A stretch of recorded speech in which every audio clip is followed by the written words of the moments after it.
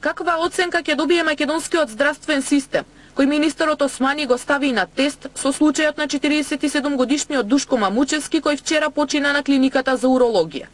Според лекарите, Мамучевски бил здравствено и хигиенски запуштен и имал гангрена на пенисот и тестисите.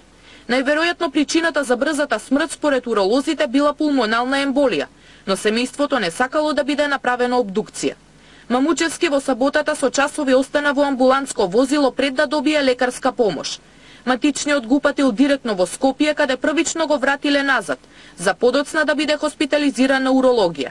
Наводно не требало да ја заобиколат Штипската болница, каде можел да добие лекарска нега. Прашање е дали неколкучасовното малтретирање по патиштата му ја влошило состојбата на пациентот. Не би можел да ви речам дека ако останал у Штип, меѓутоа сигурно се изгубило време. Напуштен случај, кој не брат му рече, он не бил женет, со мајка му живеел, братот рече не сака да се лекува.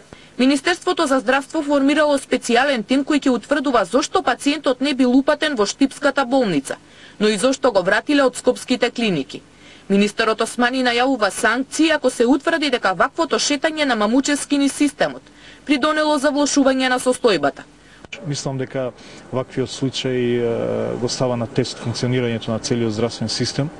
Јас не можам да дозволам пациентите да бидат жртви на самоволното толкување како треба да се движи пациентот низ системот. Од сега кога ќе дојде болен, дека не се рече проблемот, со било што да дојде, че јас кога сум, јас ќе го примам. Па нека реши државата како тие пациенти се збринат, што прават тие болници по надежност. Собата каде што бил примен Мамучевски е затворена.